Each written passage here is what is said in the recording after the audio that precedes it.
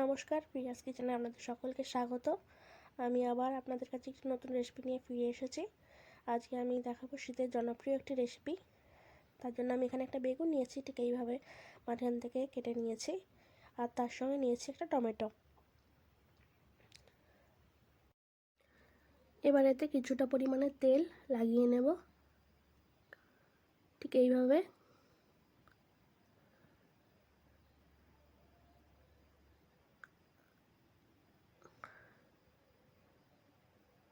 আর এইভাবে হাত দিয়ে ভালো করে বেগুনটার গায়ে মাখিয়ে নেব।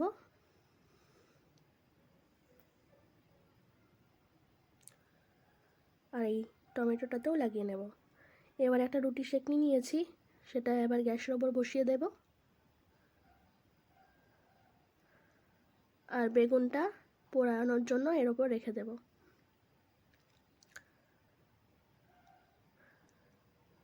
দেখুন বেগুনটা পোড়ানো হয়ে গেছে। এবার বেগুনটাকে আমি তুলে নিচ্ছি, আর ঠিক একইভাবে টমেটোটাও পুড়িয়ে নেব। দেখুন টমেটোটাও আমার পোড়ানো হয়ে গেছে। এবার টমেটোটাকে আমি নামিয়ে নিচ্ছি। দেখুন হয়ে গেছে আমার বেগুন ও টমেটো পোড়ানো। এবার যে এই যে বেগুনের খোলাটা রয়েছে, এটাতে হাতে করে একটুখানি টান দিলেই উঠে চলে আসবে, আর টমেটোরও একই জিনিস হবে। এবার দেখুন আমি এটা ছাড়িয়ে নিচ্ছি খোলাগুলো, খুব সহজেই এটা উঠে চলে আসবে।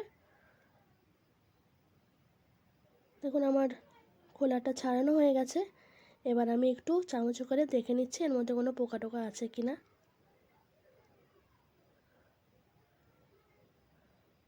দেখুন এরপর এবার এটাকে একটু এইভাবে ম্যাশ করে রেখেছি, আর তার সঙ্গে নিয়েছি নুন, এটা রয়েছে শুকনো লঙ্কাকে গুঁড়ো করা, পেঁয়াজ কুচো, লঙ্কা কুচো, আর ধনেপাতা কুচো।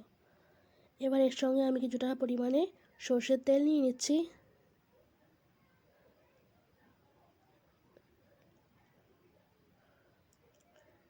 এবার এগুলোকে আমি ভালোভাবে মাখতে থাকবো। আমি এটা হাতের সাহায্যেই মাখছি, হাতের সাহায্যে মাখলে এটা টেস্টটা আরও ভালো হয়।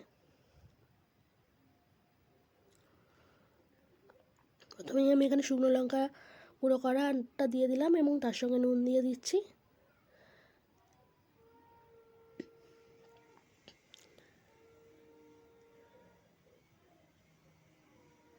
দিয়ে এইভাবে ধীরে ধীরে মাখতে থাকবো।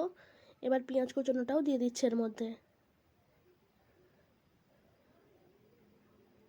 এবার দিলাম লঙ্কা কুচোনো ও ধনেপাতা কুচোনো, দিয়ে ভালোভাবে এটা মেখে নিতে হবে। আর এটা আপনারা গরম গরম ভাতের সঙ্গে খেতে পারেন, কিংবা রুটি বা পরোটার সঙ্গেও এটা খেতে খুবই ভালো লাগে।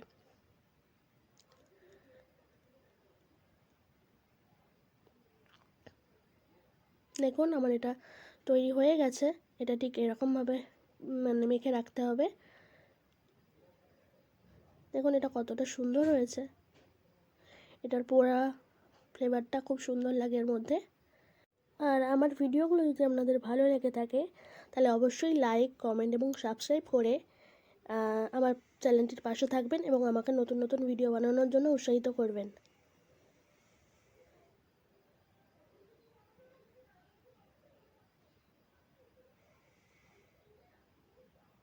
ধন্যবাদ এতক্ষণ আমার ভিডিওটি দেখার জন্য।